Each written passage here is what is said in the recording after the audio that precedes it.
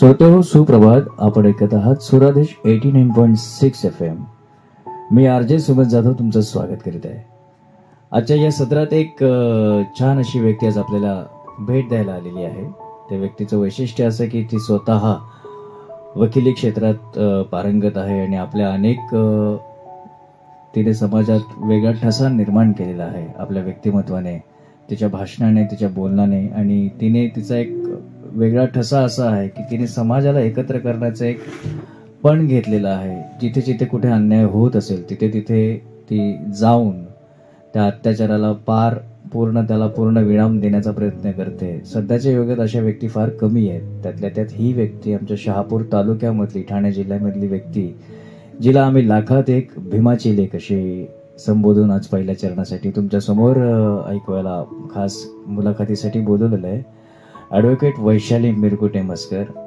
वैशाली, स्वागत आहे तुमचं या आमच्या सुरादेश 89.6 FM मध्ये. वैशाली ताई, तुम्ही शहापूरमध्ये वैशाली ताई म्हणून खूप फेमस आहे आणि ह्या सगळ्या पूर्ण शहापूर तालुकाच म्हणण्यापेक्षा मी ठाणे जिल्हा असं म्हणेल की आत्ताच्या घडीला, आत्ता समजा या उंबरठ्यावर आहे बाबासाहेब आंबेडकरांची जयंती, तर या बाबासाहेब आंबेडकरांच्या जयंतीच्या निमित्ताने सध्याच्या परिस्थितीबद्दल तुम्ही काय म्हणाल? धन्यवाद. मला या ठिकाणी बोलवलं आणि बाबासाहेबांचे विचार किंवा बाबासाहेब काय आहेत हे तेवढी तर आपली वैचारिक म्हणा किंवा आपला अभ्यास पाहता आपली बोलण्या इतपत तर हे नाही, पण आपण बाबासाहेब समजून घेण्याचा मात्र नक्की प्रयत्न करू. आजच्या घडीला जर आपण पाहिलं तर आपण शिकलो, अनेक डिग्र्या महिला असतील, अगदी त्या राष्ट्रपती पदापर्यंत पोहोचल्या, परंतु बाबासाहेब रुजवण्यात किंवा खरं बाबासाहेबांचं योगदान महिलांसाठी काय आहे हे समजण्यात किंवा आजच्या पिढीला हे कळण्यामध्ये आपण मागे आहोत किंवा कमी पडलो एवढं मात्र नक्की. या बाबतीत अनेक आज समाज माध्यम किंवा आपण एकंदरीत परिस्थिती बघतोय तर स्त्रिया या अनेक गोष्टींपासून अनभिज्ञ आहेत हे ठळकपणे दिसून येते. मुळात तुम्हाला एक गंमत सांगायची, कालच आपल्या महात्मा ज्योतिबा फुले यांची जयंती होती. शिका, संघटित व्हा आणि संघर्ष करा हा बाबासाहेबांचा एक नारा होता. त्याची सुरुवात महात्मा ज्योतिबा फुलेंनी केली. सावित्रीबाई यांनी महिलांना शिकवण्याचा आटोकाट प्रयत्न केला, पण आताच्या घडीला या महिलांना सहज शिक्षण प्राप्त होत आहे, पण कुठेतरी याचा विसर पडलेला दिसतोय की ज्यांच्यामुळे आपण या इथे बसलेलो आहे, ज्यांच्यामुळे आपण डिग्री कंप्लीट करतोय, तर तो विसर पडण्यासाठी काय कारणीभूत आहे? सुमित, या बाबतीत मी थोडं सविस्तर बोलते की एक ही परिस्थिती की आज पुरोगामी महाराष्ट्र किंवा महाराष्ट्रातून स्त्री शिक्षणाची जी काही सुरुवात झाली किंवा तत्कालीन परिस्थिती काय होती या आधीची पार्श्वभूमी आपण समजून घेतली पाहिजे. बघ, वैदिक काळाचा जर आपण पाहिला तर वैदिक काळामध्ये स्त्री बऱ्यापैकी तिला अधिकार होते. आपल्याकडे गणिका संस्कृती होती, आपण मातृसत्ताक या पद्धतीतून आपलं जे काही मार्गक्रमण आहे समाजाचं ते होत होतं. पण त्यानंतरचा जर आपण कालावधी बघितला तर स्त्रियांवरती अनेक बंधनं लादली गेली. अगदी मनुस्मृतीचा जर आपण विचार केला तर त्या काळात मनु स्त्रीने कसं हसलं पाहिजे हे सुद्धा लिहून ठेवतोय की तिने तोंडावर पदर घेऊन किंवा कापड घेऊन तिने हसलं पाहिजे. म्हणजे ढोर शूद्र नारी सब ताडन के अधिकारी अशा पद्धतीचं त्यावेळेचं सामाजिक जीवन होतं. आणि इंग्रज जवळजवळ 16व्या शतकात त्यांचं भारतामध्ये येणं सुरू झालं. अगदी 200-150 वर्ष आपल्याला कळायला लागली की इंग्रज आले आहेत आणि ते आपल्यावर काहीतरी अन्याय करत आहेत. आणि त्यानंतर जेव्हा या पाश्चात्य संस्कृतीशी जेव्हा आपण इंटरॅक्ट होत होतो तेव्हा कुठेतरी त्यांची शिक्षण पद्धती असेल, त्यांची संस्कृती असेल, ह्या गोष्टींची आपली थोडीफार ओळख होत होती. आता तो फुले दाम्पत्याचं एक सुंदर उदाहरण दिलं की फुल्यांना किंवा सावित्रीबाईंना त्यावेळेला आज 200 वर्षापूर्वी जवळजवळ एवढ्या कर्मठ ठिकाणी पुण्यासारख्या ठिकाणी त्यांनी शिक्षण देणं किंवा हे सर्व ऐतिहासिक होतं. परंतु अशा परिस्थितीत देखील त्यांनी स्त्रियांना शिक्षण मिळालं पाहिजे आणि या माध्यमातून त्यावेळी हंटर कमिशन असेल किंवा त्यावेळेची जी काही सामाजिक एक हे होती त्याला सर्व तोडून आणि ह्या सर्व पुरोगामी विचारांना त्यांनी प्राधान्य दिले. या सगळ्या गोष्टीमध्ये एक कॉमन फॅक्टर एक आहे की तेव्हा ज्योतिबा फुले आणि सावित्रीबाई फुले यांना त्रास झाला शिकवण्यासाठी, यांना त्रास झाला माणूस आणि ती व्यक्ती घडवण्यासाठी. आणि ते जेव्हा घराबाहेर पडले तेव्हा या सगळ्या बाकीच्या उपद्रवी लोकांनी त्यांना ते कसं ते बंद पडावं, कसं ते त्यांनी ती शाळा चालू नये यासाठी आटोकाट प्रयत्न केले. आणि 150-200 वर्षांनंतर काल जेव्हा आपला ज्योतिबा फुले यांचा पिक्चर रिलीज होतोय तोही अट्टहास पूर्ण त्यांनी केला आणि तो चित्रपट लांबणीवर गेला. हे किती साम्य, म्हणजे अजूनही आपण त्याच्यातच आहोत असं काही जाणवतंय का? नक्कीच नक्कीच. आजही या विचारांची भीती एका विशिष्ट वर्गाला आहे हे त्यांच्या कृतीतून दिसतंय. फुले दाम्पत्यावरती आजच पिक्चर आला आणि त्याला आजच विरोध झाला असा नाही. यापूर्वी देखील अनेक वेळा त्यांच्या बाबतीतल्या जे काही विशेषतः या बाबतीत माझं तर एक म्हणणं आहे की बहुजन ज्यांनी खरोखर बहुजन वर्गाच्या हितासाठी किंवा त्यांना मूळ प्रवाहात आणण्यासाठी ज्या लोकांनी काही केलंय ना त्यांच्या बाबतीत अशाच पद्धतीने विरोध ह्या व्यक्तींकडून झालेला आहे. पण विरोधाभास बघ, इथे फेक अजेंडा जे काही आहेत पिक्चर मधून दाखवले जातात, या पिक्चरांना मान्यता दिली जाते. तो स्वतः विवेक अग्निहोत्री काश्मीर फाईल त्याने बनवलेला आहे जो की काय बेसलेस आहे. परंतु अशा जे काही खरोखर समाजासाठी प्रबोधनकारी आहे त्याला मात्र इथे विरोध केला जातो. कुठेतरी बहुजन वर्गामध्ये दुफळी निर्माण झालेली आहे असं वाटतंय. नक्कीच नक्कीच. दुफळी याचा अर्थ धार्मिक ध्रुवीकरण असेल किंवा आज सोशल मीडिया बघतो आपण किंवा आपण एक कॉन्सेप्ट हल्ली बोलतो सतत की व्हॉट्सअप युनिव्हर्सिटी, आणि त्याच्यातनं एक वाचन संस्कृती आजच्या काळामध्ये आपल्याला दिसून येत नाही. आणि याचा परिणाम असा की आपले हिरो किंवा आपले आयडल किंवा आपल्याला कोणी या तळागाळातून किंवा चिखलातून आपल्याला काढून आणि या व्यवस्थेपर्यंत शिक्षण असेल, सामाजिक क्षेत्र असेल, आपलं अर्थकारण असेल, आपली राजकारण असेल, या बाबतीत आपल्याला कोणी दिल्या हेच आजच्या बहुजन वर्गाला विशेषतः तरुणाईला अजूनही समजत नाहीये. केवळ कुठल्या तरी एखाद्या अजेंड्याच्या मागे धावणं आणि काहीतरी फेक गोष्टींना फॉलो करण्याच्या प्रकारांमुळे आपण आपली जी काही आयडल्स आहेत त्यांना आपण विसरत चाललोय आणि हे अतिशय विदारक चित्र दिसतंय. सगळ्या या विदारक चित्रामध्ये एक गोष्ट कॉमन आहे की कुठेतरी बहुजनाची दुफळी निर्माण तर पूर्ण करण्यामध्ये सक्सेस झालेले आहेत. हो. पण यावरती माफ करा, यावरती उपाय म्हणून आपण नेमकं तू एक तरुण कार्य करतायस, तू स्वतः एक वकील आहेस, तुला मुद्दे मांडता येतात, तर या कुठल्या अशा मुद्द्यांवर तुला असं वाटू शकते की मी हे करू शकते किंवा हे कदाचित होऊ शकेल पुढे मागे. आता 2025 चालू आहे आणि अनेक देश 2050ची प्लॅनिंग करतायत की आपण पुढच्या वेळेस कसं आपण स्वतः डायरेक्ट इथे बसल्या बसल्या दुसऱ्या ठिकाणी पोहोचू शकतो, इथे बसल्या बसल्या आपण कसं काय औरंगजेबाची कबर खोदू शकतो, हे विचार चालू आहेत. हे कुठेतरी विसंगती ही कशा पद्धतीने दूर झाली पाहिजे, म्हणजे असं काही तुझ्या डोक्यात वाटतं का की चीड तर प्रत्येकाला येते, समजू शकतो की हे असं नाही, हे सगळं चुकीचं झालेलं आहे वगैरे वगैरे, पण हे कशा पद्धतीने आपण ब्रेन वॉश करू शकतो, काही तुझ्या डोक्यात आहे? नक्कीच. आताच तू म्हणाला की जग एका वेगळ्या उंचीकडे जातंय. आपण अनेक टेक्नॉलॉजी बघतो की ज्या आता येऊ घातलेल्या आहेत, AI असेल, ग्रोक असतील, आणि जसं आता तूच तुझ्या म्हणण्यामध्ये एक सांगितलं की बाबा जग एका वेगळ्या उंचीकडे जाते आणि आपण कुठे चाललोय, आपण अजूनही त्या कबरींमध्ये अडकलेलो आहोत. आपण कबरींमध्ये अडकलेलो आहोत किंवा अडकवलं जातंय, हा देखील या ठिकाणी एक मुद्दा आहे. आता बघ, टेरिफ अमेरिकेने एक कर जो काही 27% इंडियासाठी सुरू केलेला आहे. पण एक तो ऑब्झर्व्ह कर, राजकीय कुठली जे काही त्या गोष्टीला रिलेटेड ज्या काही संस्था आहेत आपल्या सरकारमधल्या, त्यांची कुठे तुला वक्तव्य ऐकायला मिळतील का? किंवा या बाबतीत एखादा कुठला तरुण वर्ग याबाबत चर्चा करतोय का? नाही. पण ह्याच जर एखादा धार्मिक बाबतीतली तेढच्या संदर्भातला कुठली गोष्ट असेल किंवा एखादा याला मुस्लिमांच्या बाबतीतला एखादा इश्यू असेल, जसा आता औरंगजेबाची कबरीचा विषय असेल, अशा निरर्थक गोष्टींना कुठेतरी अतिशय जास्त प्रमाणामध्ये बढावा देऊन आणि मूळ जे काही प्रश्न आहेत त्याच्यापासून भरकटवलं जातंय आणि हा मूळ विषय बाजूलाच राहून आपण वेगळ्याच गोष्टींमध्ये अडकलेलो आहोत. या बाबतीत प्रबोधन होणं नक्कीच गरजेचं आहे.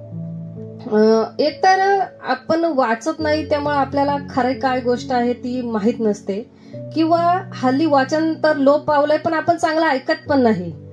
एखादा या बाबतीतला चांगला आपल्याला सांगणारा असेल तर मग त्याला तो काहीतरी वेगळा पक्षाचा म्हणा किंवा वेगळ्या विचारधारेचा म्हणा किंवा अर्बन नक्षल अशा काय काय गोंडस नावांखाली आज अनेक वक्त्यांना या बाबतीत म्हणजे दूषणं दिली जातात.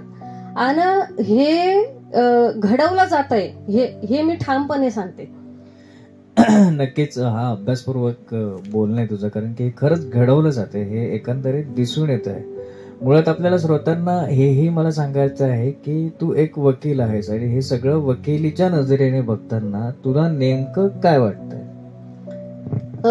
एक चिकित्सकपणा जो असतो ना, एखाद्या गोष्टी मागे काय कारण असलं पाहिजे, हा नाहीच आहे. म्हणजे हल्ली म्हणजे आज आपण बघतो की प्रत्येक गोष्टीला दोन बाजू असतात, किंवा एखादी घटना असेल तर आपण तिचा दोन्ही बाजूनी विचार करतो. का चिकित्सकपणे का, कशाला, कशासाठी, हे प्रश्न हल्ली पडत नाहीयेत. एक छोटा त्याहून उपप्रश्न असा आहे की मला एक टास्क द्यायचा आहे. तो टास्क मीन्स व्हॉट, की एक मुलगी आहे जी कॉलेज करते, तिला काही घेणं देणं नाहीये, तिचं वाचन वगैरे नाहीये, आणि ती फेसबुकवर व्हॉट्सअपवर इंस्टावर लिहिते की काय आहे जय भीम, कोण आहे बाबासाहेब, काय म्हणजे असं तिला तिचं असं ते पडलेलं असतं की काय हे असे पिछडे गेले गए लोक आहे, एकदम मागासवर्गीय लोक आहेत, काय यांच्याबद्दल काय बोलायचं वगैरे. आणि मग ते आपलं सगळं देवाचं नाव बिव घेऊन वगैरे मस्तपैकी पोस्ट वगैरे टाकते आणि बोलते की तो जय भीम लोकांपासून दूर राहावं वगैरे वगैरे. तर या सगळ्या गोष्टीमध्ये तू त्या व्यक्तीला न चिडता कसं समजवशील? त्या ताईला माझं एकच सांगणं असेल, ती जे काही हे लिहिते ना, तो लिहिण्याचा अधिकार सुद्धा तिला बाबासाहेबांमुळे मिळालाय. आज तुम्ही चीनमध्ये जा, साऊथ कोरियामध्ये जा, तुम्ही मे बी एखादं चांगलं जीवन ऐशारामी जगालाही, पण तुम्ही बोलू शकत नाही, तुम्ही लिहू शकत नाही, तुम्ही व्यवस्थेविरोधी एक शब्दही तुम्ही वेगळा तिथे काढू शकत नाही. एक या बाबतीत एक आणखी मला सांगायचंय की बाबासाहेबांना जशा स्त्रिया, आता आपण रिसेंटली एक गोष्ट बघितली पुण्यामध्ये, अनेक बायका त्या अथर्व शीर्ष काहीतरी म्हणत होत्या, लाखोंच्या संख्येने किंवा हजारांच्या संख्येने त्या असतील. ते म्हणण्याला माझा काही विरोध नाहीये, म्हणावं, परंतु एखाद्या वेळेला भिडेवाड्याकडे किंवा अशा एखाद्या ठिकाणी जाऊन जरा या माऊलींनी शेणाचे गोळे किंवा अतिशय कठीण परिस्थितीमध्ये आपल्याला शिक्षण दिलं म्हणून आज अथर्व शीर्ष किंवा ह्या गोष्टी म्हणण्या, किंवा आता तुझ्या ताईचं उदाहरण देतो त्या म्हणण्या इथपर्यंत आपण आलो ना, हा प्रवास काही एवढा एका दिवसाने झालेला नाहीये. बरोबर. त्याच्यासाठी खूप लोकांनी खस्ता खाल्ल्यात. अगदी फुले प्लेटच्या साथीने गेले हो, त्यांना काहीच गरज नव्हती हे करण्याची. सावित्रीमाईला काही गरज नव्हती. हे विचार कर, किती ऐतिहासिक गोष्टी त्यांनी आपल्यासाठी करून ठेवल्या. त्यावेळेला स्त्रियांचं केशव पण केलं जायचं. बरोबर. मी त्या ज्या तू मला जो प्रश्न विचारतोय त्या धाग्याने एखादी एक गोष्टी किंवा एका याच्याने मी एक सांगते की एक 7-8 वर्षाची मुलगी आहे, ती जे खेळते अशी, तिचे वडील येतात, तिला उचलून नेतात, तिची तयारी करतात, तयारी करतात. तिचा मामा येतो, तिला ते बोहल्यावर घेऊन जातात. 8-9 वर्षाची मुलगी किंवा 7-8 वर्षाची. आणि मग तिचा एखाद्या 30 वर्षाच्या म्हणा, 25 वर्षाच्या, 40 वर्षाच्या XYZ अशा पुरुषाची तिचं लग्न लावून दिलं जाते. बरोबर. तिला काही समजत नाही, तिला काय आहे हे, काय चाललंय. आणि हे सर्व रहाट गाडगा ओढता ओढता तिने चूल आणि मूल किंवा रांधा वाडा आणि खरकटी काढा या पलीकडे जिचं जीवन नव्हतं. तिला आज हे बोलण्या इतपत जी काही संधी मिळाली आहे ना, ते केवळ आणि केवळ माझे फुले शाहू आंबेडकर आणि बाबासाहेबांमुळे मिळाले. हे लक्षात घेतलं पाहिजे. आपण म्हणजे तुझ्या बोलण्यातून त्या म्हणजे ज्या पोटतिडकीमुळे मध्ये तो असा जोशमध्ये बोलत आहे, कुठेतरी असं वाटतंय की याची खंत आहे की हे का नाही पोचले. ज्या पद्धतीने लोकांसमोर एखादी धार्मिक गोष्ट सहज पोचते, तितक्या सहजतेपणे बाबासाहेब, ज्योतिबा फुले, सावित्रीबाई, शाहू महाराज यांचे विचार पोहोचत नाहीयेत. आता गंमत अशी आहे की तू या सगळ्या समाजात वावरताना या पूर्ण जो काही आताचे जी 2 भाग पडलेले आहेत, बहुजन वर्ग आणि सवर्ण वर्ग, ते ह्या भागामध्ये या सगळ्या सिस्टमच्या विरोधात जाऊन काम करणं योग्य आहे की त्यांच्या जोडीला उभं राहून काम करणं योग्य आहे? कशा पद्धतीने आपण यांच्यासोबत या सिस्टम मध्ये राहू शकतो? यांच्यासोबत काम करणं अजिबात शक्य नाही. मग आपण फॉलो करत असलेल्या फुले शाहू आंबेडकरांच्या विचारांचा फायदा काय? मुळात गंमत म्हणजे दुसरा प्रश्न हा आहे की यांच्या जोडीला काम करून फुले शाहूंचे विचार आपण यांच्यामध्ये रोवू शकतो का? नक्कीच आपण रोवू शकतो. तसा प्रयत्न तर आपण नक्कीच करू शकतो. आणि तो जमेल त्या पद्धतीने माझ्या माध्यमातून जसं एक लहानशी व्यक्ती म्हणून का नाही होईना विरोध होतो. मग ते अनेक तुम्ही हे मानत नाही, तुम्ही ते करत नाही, तुम्ही धर्मविरोधी आहेत अशी अनेक दूषणं लावली जातात. परंतु तो विचार नाही सोडायचा आणि ते अंतिम सत्य आहे. आज आपण अगदी लंडन टाइम्सने सुद्धा 200 वर्षापूर्वी सावित्रीमाईंच्या हळदी कुंकवाच्या कार्यक्रमाची दखल घेऊन हेडिंगला ती बातमी छापली होती. याचा अर्थ जर 200 वर्षापूर्वी परदेशात त्यांच्या कार्याची दखल घेतली जात होती तर ते काहीतरी त्याच्यामध्ये तथ्य असेल ना. अगदी बरोबर. त्यामुळे प्रवाहात राहून आपल्याला हा प्रयत्न नक्कीच करायचा आहे आणि याच्यातून पॉझिटिव्ह होईल असं दिसतं की कुठेतरी आज आपणही आपली सिस्टम म्हणा किंवा आपली शिक्षण पद्धती म्हणा किंवा आजही स्त्रियांना आपण यातून बाहेर काढू शकलो नाही की एक त्यांना दिली जाणारी घरातली म्हणा समाजातली वागणूकही त्याला जबाबदार आहे. मी असं म्हणणार नाही की त्याला पूर्णपणे स्त्री जबाबदार आहे. आजही स्त्री सुरक्षित आहे का? नाही.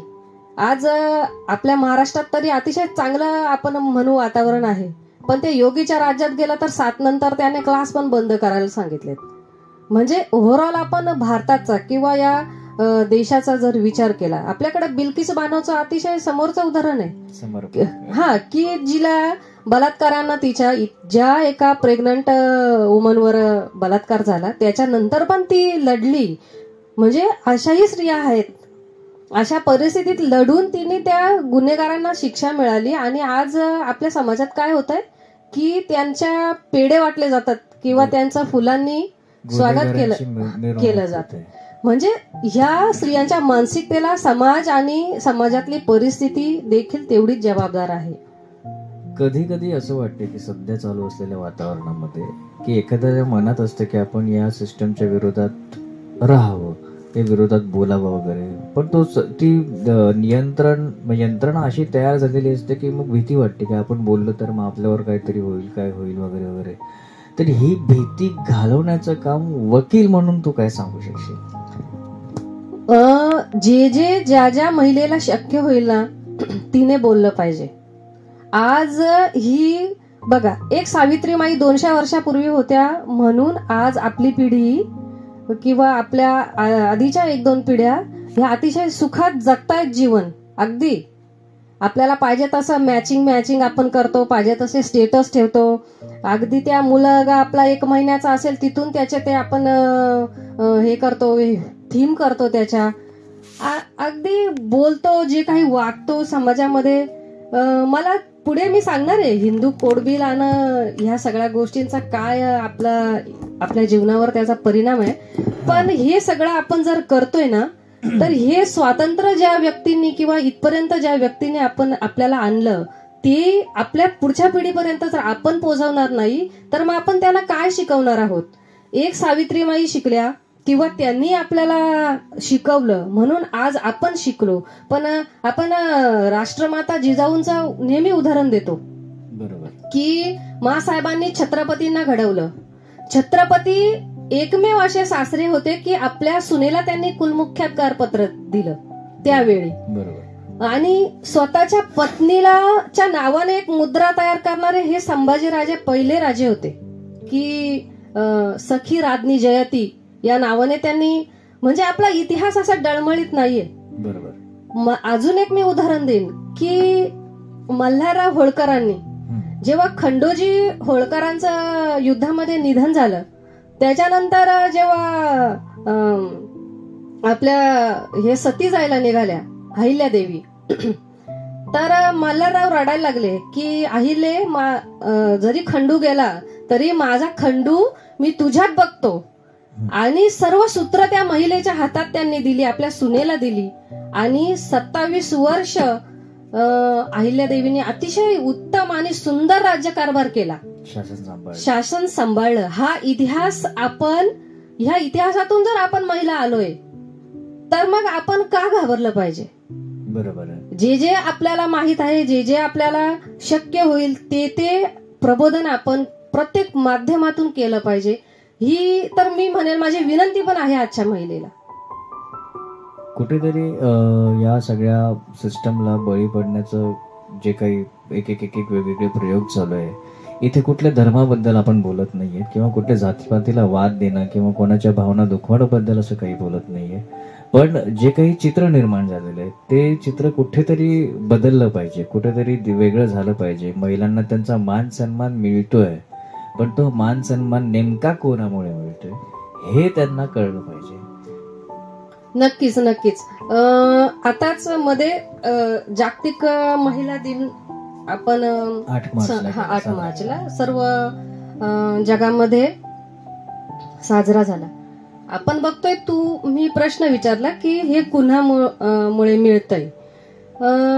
बघ, जेव्हा 8 मार्च हा का आला, हे सर्व का आलं की महिलांना समान वेतन पाहिजे, महिलांचे कामाच्या तासांच्या बाबतीतले काही नियम पाहिजेत, त्याच्यानंतर महिलांना मतदानाचा अधिकार पाहिजे, विशेषतः अमेरिकेमध्ये. तर ह्या सगळ्या भानगडीतून महिलांनी अनेक मोर्चे काढले त्यांनी, आणि मग अधिकृतरित्या 8 मार्चला त्यांच्या त्या मागण्या मान्य होऊन, आणि एक दिवस महिलांसाठी पाहिजे म्हणून त्या अधिवेशनांमध्ये ते मान्य होऊन पुढे मग ते जागतिक लेवलवर साजरं. तर 1960 पर्यंत अमेरिकेसारख्या प्रगत देशामध्ये स्त्रियांना मतदानाचा अधिकार नव्हता. आणि इंग्लंड किंवा अनेक अशा देश आहेत जे काही आता प्रगत आहेत, तेव्हाही प्रगत होते, परंतु महिलांना मतदानाचा अधिकार नव्हता. आपलं स्वातंत्र्य मिळाल्यानंतर बाबासाहेबांनी असा काहीच भेद केला नाही, अगदी ट्रान्सजेंडर पासून बरोबर प्रत्येक व्यक्तीला या सिस्टम मध्ये सामावून घेतलं. आज या लोकशाहीमध्ये किंवा आपण बघतो की प्रत्येक हायरार्कीमध्ये जी काही स्त्री आहे, जेव्हा आपल्या इथे तिकडे आंदोलनं होत होती, तर आपले त्यांच्या म्हणजे इंटरनॅशनल एम्बेसीमध्ये आपली राजदूत अमेरिकेमध्ये महिला होती. हे आपण लक्षात घेतलं पाहिजे. हा सगळा खरा इतिहास पोहोचला पाहिजे. मुळात काय होतंय की स्त्री कुठेतरी तिचं खरं रूप विसरलेली आहे, असं सगळं या गोष्टीवरून वाटतंय. तू एक भीमा चिलेक म्हणून आम्ही तुला इकडे बोलवलेलं आहे, तुझ्या त्या बोलण्यातून ते सगळं असं जाणवतंय की हे का नाही होतंय, हे असं व्हायला पाहिजे. आज जी मुलगी कधी कधी काय होतं की धर्माच्या आड एखादी मुलगी कुठेतरी जाऊन आपलं रोजचं चालू आहे तिचं, ती कुठेतरी विसरले की मी पायलट बनू शकते, मी कुठेतरी बाहेर जाऊन नासामध्ये जाऊन एक चांगला ऍस्ट्रॉनॉट बनू शकते. हे आपल्या मुलींमध्ये, भारतीय मुलींमध्ये तेवढी ताकद आहे आणि करतातही आहेत, त्याबद्दल वाद नाहीये. पण कुठेतरी जिथे हे प्रमाण वाढलं पाहिजे तितक्या प्रमाणात हे न वाढता कुठेतरी एकदम असं जिथे आई वडील जर सुशिक्षित असतील तरच ती मुलगी शिकणार आणि कुठेतरी काहीतरी होणार. तर ह्या आता गंमत काय आहे की महाराष्ट्रामध्ये अनेक अशी खेडेपाडी की त्यातल्या त्या मुली आहेत, त्यांना ह्या गोष्टीची जाणीव आता तर कुठेतरी होऊ लागलेली आहे की हा बाबा मी करू शकते. मी मग कुठल्या तरी एखाद्या पाड्यातली मुलगी, म्हणजे आपल्या शहापूरमध्येच एक कुठली तरी मडके नावाची मुलगी की जी नासामध्ये चाललेली आहे. तर हळूहळू हे बी कुठेतरी रुजतंय. हे शिक्षण हे वाघिणीचं दूध आहे हे बाबासाहेबांनी सांगितलेलं आहे. पण हे शिक्षण घेणं हे आजकाल आपण बघतोय, कारण की तुम्हीही एक पाल्य आहात. आता सरकारचा मध्ये एक नियम येऊन गेला की एप्रिल महिन्यामध्ये शाळा वगैरे चालू आहेत, आम्हीही जातो. तर ह्या शाळेबद्दल, ह्या शिक्षण व्यवस्थेबद्दल मला काहीतरी विचारायचंय की ही सध्याची चालवलेली शिक्षण व्यवस्था योग्य आहे का याच्यामध्ये अजून सुधारणा केली पाहिजे? शिक्षण व्यवस्थेत आपणही शिकलो समजा, पण आपल्या दैनंदिन जीवनात आपल्याला उपयोगी येईल किंवा आज हे जे काही मी बोलते तर मला प्रश्न पडतो की असं का, याच्या मागे का कारण असेल. आणि आपण शोधत किंवा आपली घरची आर्थिक परिस्थिती किंवा आपल्या ज्या काही अडचणी असतील त्यांना तोंड देत देत आपण इथपर्यंत आलो. आणि अनुभवाने स्वतःच्या म्हणा किंवा ते कष्ट असतील किंवा त्याच्या मागे जी काही पार्श्वभूमी असेल त्याच्यातून आपण त्या तालमीत आपण घडलो. आपल्याला कुणी मार्गदर्शक नव्हता. एका सामान्य कुटुंबातून आलो आणि तिथून पुढे जो काही आपला आहे तो प्रवास आहे. परंतु जसं आपण बोलतोय की आजच्या शिक्षण पद्धतीत आपण ज्या गोष्टी शिकवायला पाहिजेत त्या चवीपुरती शिकवतो. म्हणजे 10 मार्काला अर्थशास्त्र, 10 मार्काला राज्यशास्त्र. ह्याच्याने काय होतंय की जे काही शिकलं पाहिजे किंवा जगात काय चाललंय याची चिकित्सकपणा आपण ते काय करतो माहितीये का, आपण ते ऑप्शनला ठेवतो. आणि आजही आपल्या समाजात ते ऑप्शनलाच आहे. बरोबर. आज जर एक वकील म्हणून जर तुम्ही मला विचारलं की एखाद्या गृहिणीला, हा मी त्या महिलेचा ड्रॉबॅक नाही म्हणत, हा आपल्या व्यवस्थेचा परिणाम मी सांगते. तिला आपण विधानसभा, विधान परिषद, राज्यसभा, लोकसभा किंवा हिंदू कोड बिल असेल किंवा तिला रिलेटेड काही कायदे असतील, याच्या बाबतीत काही विचारलं तर बघा तिला येतं का ती गोष्ट? नाही येत. अजूनही माझ्या मते बऱ्याच वेळेस असं आपण बघितलेलं आहे की एखादी महिला जी सरपंच असते, नगरसेविका असते, उपसभापती, सभापती असते, पण ते राज्य करता तिचा नवरा असतो. येस. तर ह्या ज्या गोष्टी जर तिला कळल्या की हे माझे अधिकार आहेत आणि मी या अधिकाराने चालू शकते आणि करू शकते, तर कुठेतरी हा जो आत्ताचा चालू असलेला महिलांबद्दलचा आक्रोश आहे, आक्रोश म्हणण्यापेक्षा जे काही सिस्टम चालू आहे की जातीत वर्ण वर्ग भेदवर्ग, कारण की जर स्त्री शिकलेली असेल तर हा जातीभेद वर्ग होणारच नाही. मुळात तिला बाबासाहेब माहिती असतील, तिला संत तुकाराम माहिती असतील, तिला महात्मा ज्योतिबा फुले माहिती असतील आणि अनेक धर्मग्रंथ आणि कुठल्याही धर्माचा आदर करणं चांगलंच आहे हेही तिला माहिती असेल.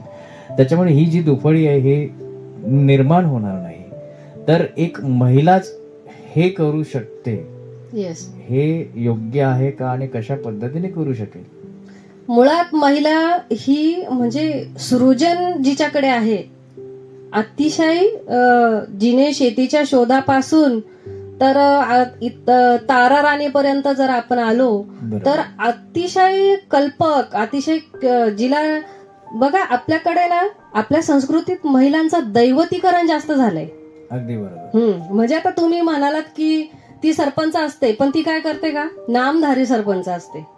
म्हणजे तुम्ही तिला दुर्गा म्हणता किंवा तिला चंडिका म्हणता, पण तुम्ही तिला वावरू देता का किंवा तिला तेवढा केपेबल बनवता का? हाही एक मुद्दा आहे. समजा मी आहे एखाद्या पदावर, मला नसेल समजत तर त्या समजून देण्याचे किंवा त्या बाबतीतली अनेक माध्यमं आहेत ना, पुस्तकं आहेत, त्या गोष्टीविषयी आपण जिथून सखोल ज्ञान घेऊ शकतो, असे अनेक सोर्स आहेत. पण ती कुठेतरी तिला त्याच एखाद्या ठिकाणी तिला ठेवून आणि बाकी जे काही आहे वलय त्याच्यातून तिला बाहेरच पडण्याचा काही मार्ग नसतो. आणि याला कुठेतरी स्त्री पण जबाबदार आहे. स्वतःला म्हणजे स्वतःचं अस्तित्व टिकवण्यापेक्षा आपण आहे त्याच्यामध्ये राहणं. येस राहणं किंवा तिने पण स्वतःला संकुचित करून घेतलंय. कोणी अडवायला येणार नाहीये की बाई तू हे का करते जर आपण खरोखरच एखाद्या गोष्टीबाबत चिकित्सक असू तर ती आपणही शोधली पाहिजे.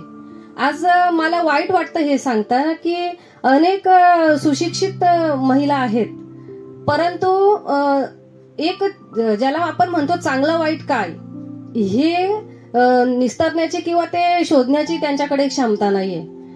यांनी बघा आता काही काही मालिका किंवा ज्या काही यांच्यात आता आमची पिढी तर नाही किंवा आपल्या याच्यात थोडाफार प्रभाव कमी आहे, पण याच्या आधीच्या जर आपण बघितलं एक त्या जनरेशनचा जर आपण विचार केला तर सिरियल किंवा टीव्ही याच्यामध्ये हा जो भाग हा प्रभाव जास्त.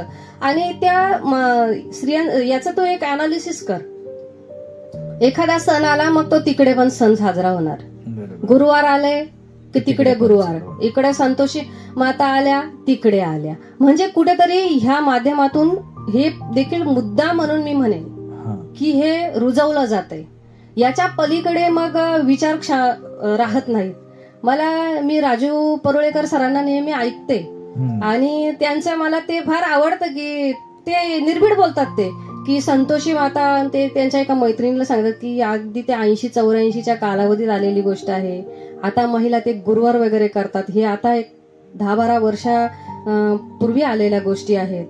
आणि असंच आणखी पण एक याला पैलू आहे. स्त्री म्हणजे काहीतरी जोकचा विषय. बरोबर. एक महाराज आहेत बघा, सतत ते महिलांविषयी टिप्पणी करत असतात. तुम्ही एक प्रबोधन करताय समाजाला, तुमच्या समोर हजारो लोक बसलेले असतात आणि हे प्रबोधन जेव्हा तुम्ही अशा पद्धतीने करता तर याचा समाजावर अतिशय निगेटिव्ह इम्पॅक्ट होतो.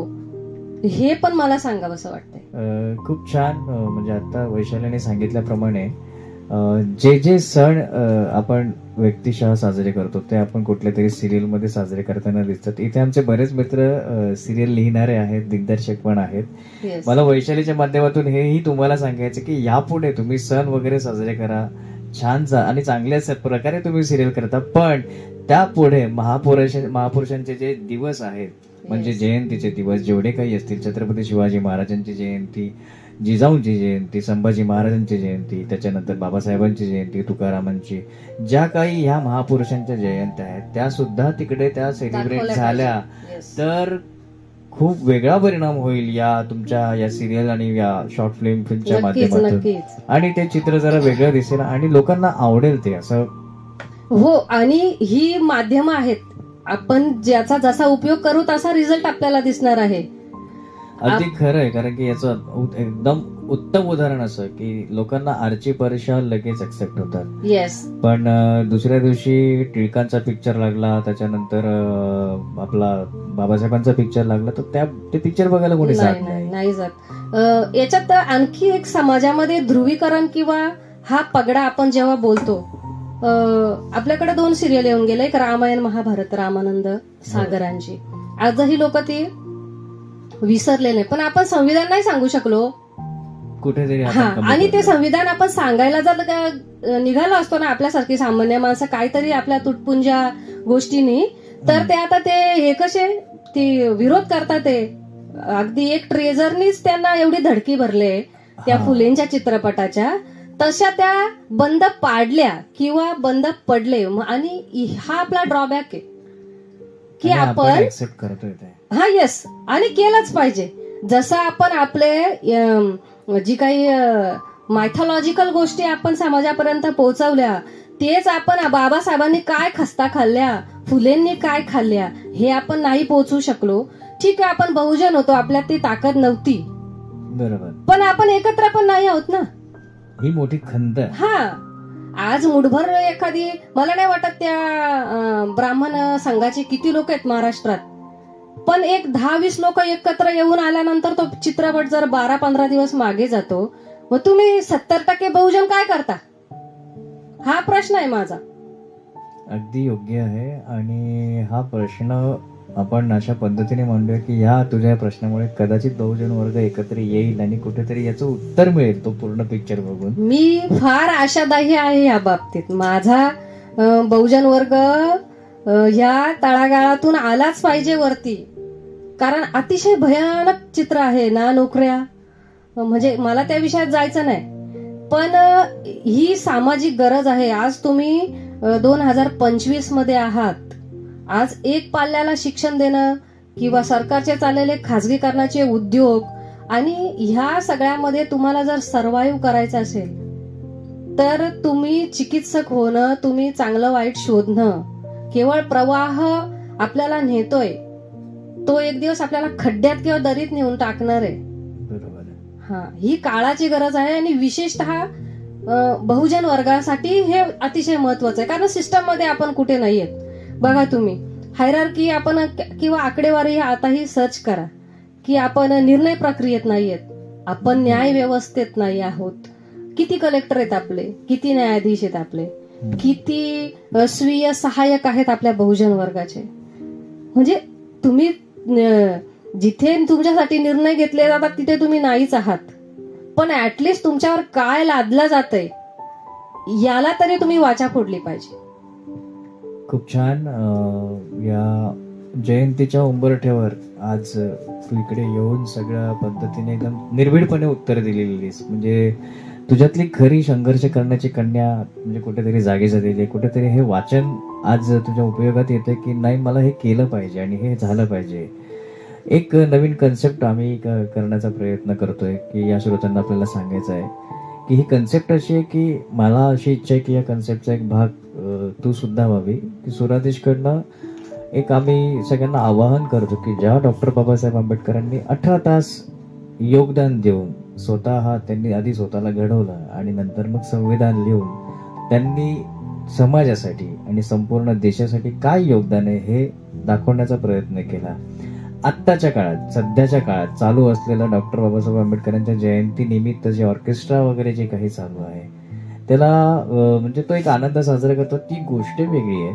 पण एक वाचक म्हणून एक कन्सेप्ट अशी की सलग 18 तास व्याख्यान आणि वाचन आणि विचारांची देवाणघेवाण करण्याचा एक छोटासा कार्यक्रम करण्याचं एक मानस आहे. त्याबद्दल तुझं काय मत असेल? सलग 18 तास हा कार्यक्रम असेल आणि तो त्या 18 तासामध्ये विचारांची देवाणघेवाण, व्याख्यान आणि अनेक पुस्तकांचं वाचन त्याच्यामध्ये असणार आहे. कारण की ज्या 18 तासांमुळे आज आपण आहोत त्याचं योगदान आपण किती देऊ शकतो? मला ना एक खूप धन्यवाद द्यावा असं वाटतं या बाबतीत की आज माझ्यापासून जी काही वाचनाची आवड म्हणा किंवा साहित्याच्या बाबतीत जी काही आपला बघण्याचा दृष्टिकोन असेल तो ह्याच चळवळीच्या माध्यमातून आलेला आहे. किंवा बाबासाहेब म्हणजे एक विशिष्ट वर्गाचेच, बाबासाहेब म्हणजे आपले नाहीच आहेत. किंवा आता आणखी आपले देशामध्ये एक हे सुरू आहे की बाहेर देशात गेलं की मैं बुद्ध की भूमी से आया हूं. आता बुद्ध आणि हा सगळा देशाचा 7-12 बुद्धांचा होता, हा खूप मोठा चर्चेचा विषय आहे, तो काही इथे संपणार नाहीये. परंतु जसं तुम्ही म्हणालात की 18 तास वाचन किंवा ह्या सगळ्या गोष्टी ह्याची नितांत गरज आहे आज. ठीक आहे, आपण एक आनंद उत्सव साजरा करतो किंवा ज्या गावकुसाला आपण कुठेतरी होतो, माझ्या शाळेत सर्व ज्या महामानवाने आपल्याला ह्या स्टुडिओमध्ये बोलण्यापर्यंत काबिल केलं ना, त्यांच्या जयंतीचा आपण आनंद घेतलाच पाहिजे ना. आपल्याकरता तो दिवाळी, दसरा म्हणा किंवा खूप मोठी गोष्ट आहे ती केलाच पाहिजे.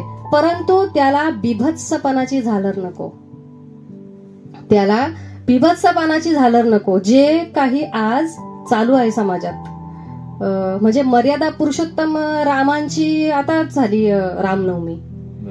अहो, आपल्या प्रजेच्या शंके खातर त्याने आपली गरोदर पत्नी सोडली प्रभू रामचंद्रांनी. आपल्या आईला दिलेल्या वचनासाठी दुसऱ्या दिवशी असलेला राज्याभिषेकाचा त्याग करणारा राजा आणि त्याच्या जयंती निमित्तांचे काही क्लिप्स आता सोशल मीडियावर व्हायरल होतात, ते बघा. हा बिभत्सपणा आपल्या आनंदाला नको, ही किनार नको, हे माझं ठाम मत आहे. ज्या देवांनी, ज्या महापुरुषांनी जे कार्य केले त्या कार्याला साजेसं असा कार्यक्रम ठेवण्याचं काम आपल्या वर्गाने केलं पाहिजे. येस, की ना की एखादं गाणं, म्हणजे सध्या तर गणपती बाप्पांची मिरवणूक असली तरी डीजे वरती काहीतरी वेगळी गाणी हो. लागतात. ते हे सगळं कुठेतरी बंद होऊन ती प्रथा, त्याच्या व्यवस्थित पारंपरिकपणा आला पाहिजे. या सगळ्या गोष्टींच्या वरती एक खूप असा सखोल विचार केला तर हे रुजवण्यासाठी, लोकांच्या मनात रुजवण्यासाठी खूप वेळ जाईल. आणि ते हळूहळू रुजवण्याचं काम मला वाटतं 100% वैशाली तू करतेस आणि चालू आहे तुझं अविरतपणे ती मेहनत चालू आहे. कुठेतरी निर्भीडपणा तुझ्यामध्ये आहे की मी आहे आणि मी केल्याशिवाय राहणार नाही. हा निर्भीडपणा तुझा आम्ही सगळ्यांनी बघितलेला आहे आणि त्या निर्भीडपणामुळेच आम्ही तुला आज इथे भीमाची लेक म्हणून बोलवलेलं आहे. Yes, I am proud of it. तर तुझा खूप खूप धन्यवाद. या सुरादेशला तू वेळ दिला आणि आज जे काही तू विचार मांडलेले आहेस बाबासाहेबांच्या जयंतीनिमित्त की कसा पाहिजे आजचा समाज, आणि तेच मला विचारायचं आहे, कसा पाहिजे आजचा समाज. तर हा आजचा समाज कसा पाहिजे याच्यासाठी बाबासाहेबांनी जे काही अनेक संविधानामध्ये सदर केलेले आहेत आणि एका बिलमुळे खूप वादंग निर्माण झाला होता, तो कोड बिल आपला. तर त्या कोड बिल बद्दल मला तुझ्याकडनं काही प्रश्न विचारायचे, तर तू आधी त्याची माहिती दे.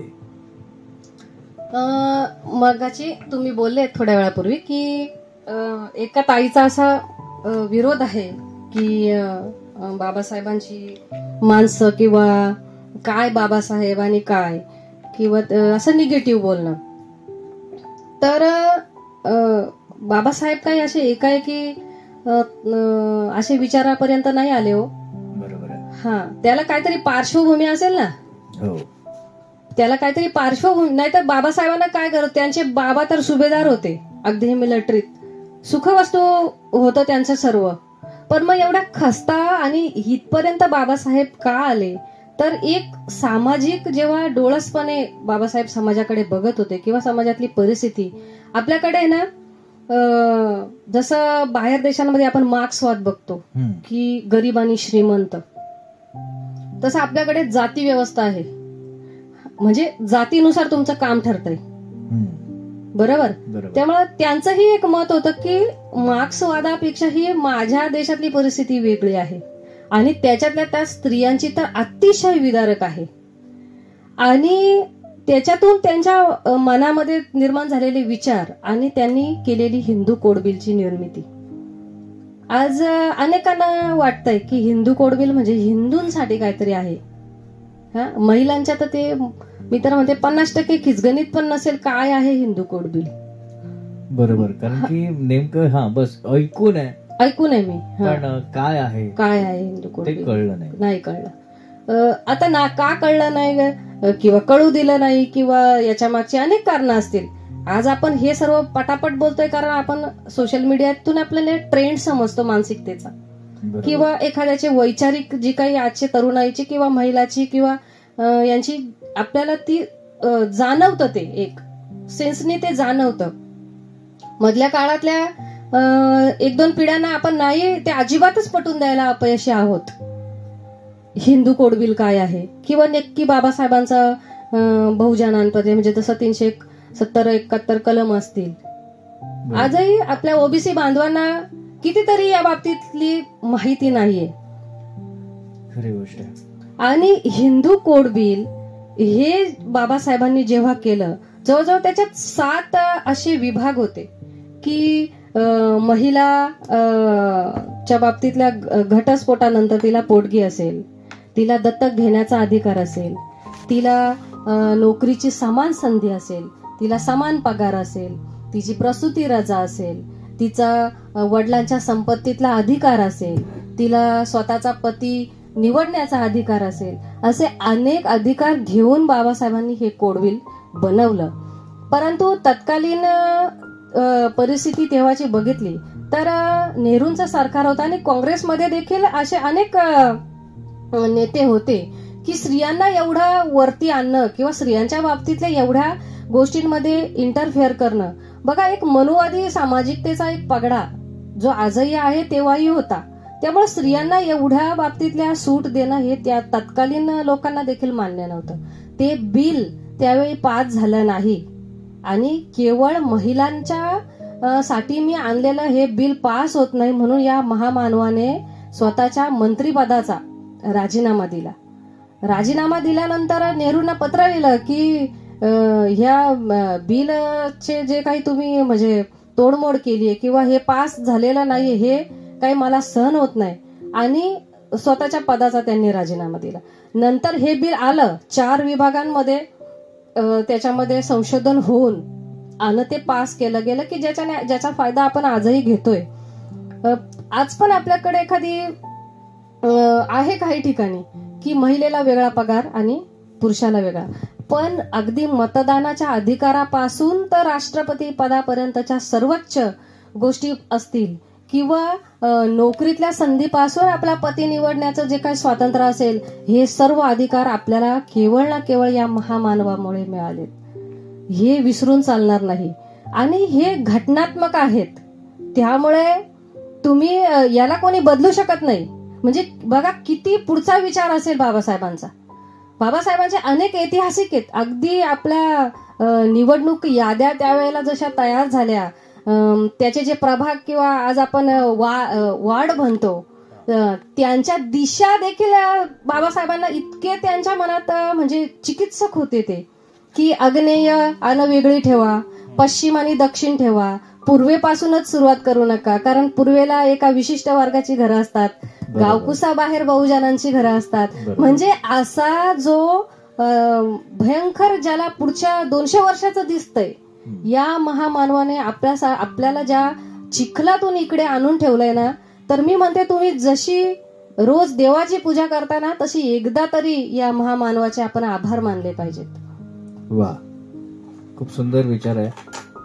आणि या जयंतीनिमित्त म्हणजे हिंदू कोडविल हा समजला तर कुठेतरी याची एक बाबासाहेबांबद्दल अजून आदर निर्माण होईल. आणि एक देवाप्रमाणे त्या माणसाची एक पूजा होईल. पूजा म्हणण्यापेक्षा जी जयंती फक्त एक विशिष्ट समाज करतो, तर ती जयंती संपूर्ण महिला प्रत्येकाच्या स्वतःपासून सुरुवात करेल आणि ती रस्त्यावर उभी राहून बोलेल जय भीम. येस, जय भीम हा नारा केवळ कुणा एका समाजाचा नाहीये. अहो, हा नारा जगाला स्फूर्ती देणारा नारा आहे. हा बाबासाहेब कुणा एका विशिष्ट समाजासाठीच त्यांनी काही केलं, ही अतिशय हा निकृष्ट विचार मी म्हणते. आज या देशात जवळजवळ बहुजनांची संख्या एसटी एससी ओबीसी तर तुम्ही निर्णायक आहात. इथले सरकार बनवण्यात असोत किंवा कुठल्याही एखाद्या आंदोलनाचा भाग म्हणा, परंतु आपण आपलेच महापुरुष अभ्यासले नाहीत. आपण भलत्याच मार्गाने गेलो आणि त्याचा परिणाम असा की आजही आपण मी थोड्या वेळापूर्वी सांगितलं की आपण निर्णय प्रक्रियेत नाही आहोत. बहुजन आपल्या जे काही आपलीच महापुरुष होते, आयडॉल होते, त्यांचे विचार आपण घेतले नाहीत. केवळ एका विशिष्ट समाजाचा हा नेता, फुले म्हणजे तिकडे माळ्यांचा नेता, बाबासाहेब म्हणजे विशिष्ट वर्गाचा नेता, अशी आपण वाटली नेते, वर्गीकरण केलं आणि ते आजही समाज रूढ आहे. आता कुठेतरी त्याच्यामध्ये फरक पडतोय, हे थोडंफार म्हणजे ठीक आहे चित्र. पण या माध्यमात सांगेल, ज्याला कुणाला ह्या गोष्टी माहीत आहेत किंवा या पद्धतीने जो त्यांनी बोललं पाहिजे, नाही बोलता आलं तर लिहिलं पाहिजे, नाही लिहिता आलं तर ऍटलिस्ट सांगितलं पाहिजे. आपण अनेक ग्रुप बघतो, ट्रेनचा ग्रुप, व्हॉट्सअप ग्रुप, हा ग्रुप, ऑफिसचा ग्रुप, पण तिथे तरी अशा चर्चा तरी व्हायला पाहिजेत. केवळ तू कोणती साडी घातली आणि ह्यापेक्षा किंवा सिरियलांच्या गप्पांपेक्षा आज ह्या प्रबोधना आपला समाज पुढे नेऊ शकतो. हेच आपण आपल्या पिढीला पुढे तुम्ही काय सांगणार आहात? या माध्यमातूनच आपण एक चांगला समाज आपण घडवू शकतो. खरंच चांगला समाज घडवण्याच्या मागे अजूनही तसं पाहिलं तर आत्ताही महिलांना कमवण्याचं साधन जर म्हटलं तर कुठेतरी त्यांना पायपीट करावी लागते आणि कुठेतरी मग त्यांना असं वाटतं की थोडंसं अजून आपण काहीतरी शिक्षण घेतलं असतं. तर हे विचार आत्ता तर कुठेतरी रुजतायत, हे चांगली गोष्ट आहे. पण काय, उद्या जयंती आहे आणि या जयंतीनिमित्त एक पछाडलेला जो वर्ग आहे, मागासवर्गीय वर्ग आहे, फार फार काय होतं, एक झोपडीतली एक म्हातारी येते, ती बाबासाहेबाची गाणी गाते, 4 पैसे कमवते. तर ती जेव्हा मनापासून बाबासाहेबांची गाणी गाते, ही झोपडीमधली बाई जेव्हा गाणं गाते तेव्हा ते जयंती कुठेतरी साजरी होण्यासाठी हळूहळू कळतं की आता बाबासाहेबांची जयंती येणार आहे. या झोपडीपासून बंगल्यापर्यंतचा प्रवास जर प्रत्येक स्त्रीने बाबासाहेबांचं त्या दिवशी फक्त एक गुणगान गायलं, जबरदस्ती नाहीये पण त्यांच्या विचारावर जरी चालले तरी आज खूप परिणाम त्याचा वेगळा दिसेल आणि कुठेतरी आपण एक चांगला पाऊल ठेवू आणि भारत, महाराष्ट्र आणि या महिला, पुढारलेली महिला काहीतरी करून दाखवेल. करतेच आहे, त्याबद्दल वाद नाहीये, पण या विचारांच्या बाबासाहेबांच्या विचारांनी जी पुढे जाईल तर यामुळे समाजात होणारी तेढ निर्माण होणार नाही. ही फक्त एक स्त्रीच करू शकते. हो, नक्कीच नक्कीच.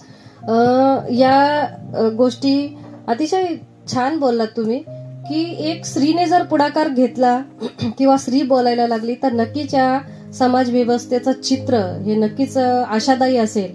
कारण हा आपला इतिहासच आहे की स्त्रियांनी सावरलाय आहे या महाराष्ट्राला, घडवलेलं आहे या महाराष्ट्राला. आणि कुठेतरी माझीच स्त्री आज स्वतःला कमी लेखते. तर या निमित्ताने मी एक आव्हान करेल की आज अनेक स्त्रिया अँड्रॉइड आपण फोन वापरतो, अनेक माध्यम लॅपटॉप वापरतो, किंवा ऍटलिस्ट या जयंतीच्या निमित्ताने ना ती एक PDF तरी वाचली पाहिजे हिंदू कोड बिलाची.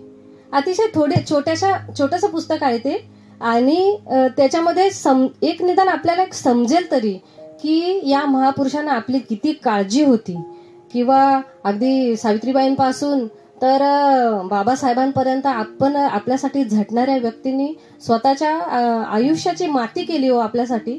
बरोबर आहे. हा, ती कुठेतरी आपण तो वारसा आपण चालवला पाहिजे.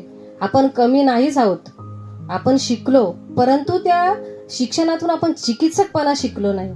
त्या साहित्य किंवा आपले अनेक साहित्यिक आहेत, आपल्या महाराष्ट्राची सुंदर परंपरा आहे, अगदी विद्रोही साहित्यापासून तर प्रत्येक गोष्टीवरती लिखाण आहे. आपण ते वाचलं पाहिजे, ते आपल्या पिढीला सांगितलं पाहिजे, तर आपण पुढच्या खरोखर सावित्री असू किंवा खरोखर आपण त्या मार्गाने चाललेले असू. नक्कीच तुमचे विचार खूप छान मांडले आहेत आज आणि परखडपणे मांडले, त्याबद्दल खूप अभिनंदन तुमचं. आणि या सुरादेशला आज वेळात वेळ काढला त्यामुळे खूप खूप धन्यवाद. कारण की गेले तासभर आपण या बाबासाहेबांबद्दल आणि महात्मा या सगळ्या पुरुषांबद्दल बोलतोय.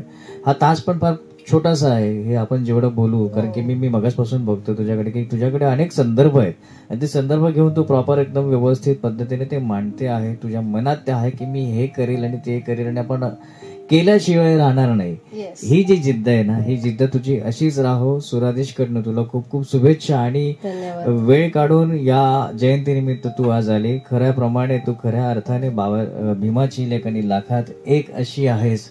तुझा पुढील वाटचालीसाठी खूप खूप शुभेच्छा. धन्यवाद. श्रोते हो, आपण ऐकत होतात सुरादेश 89.6 FM.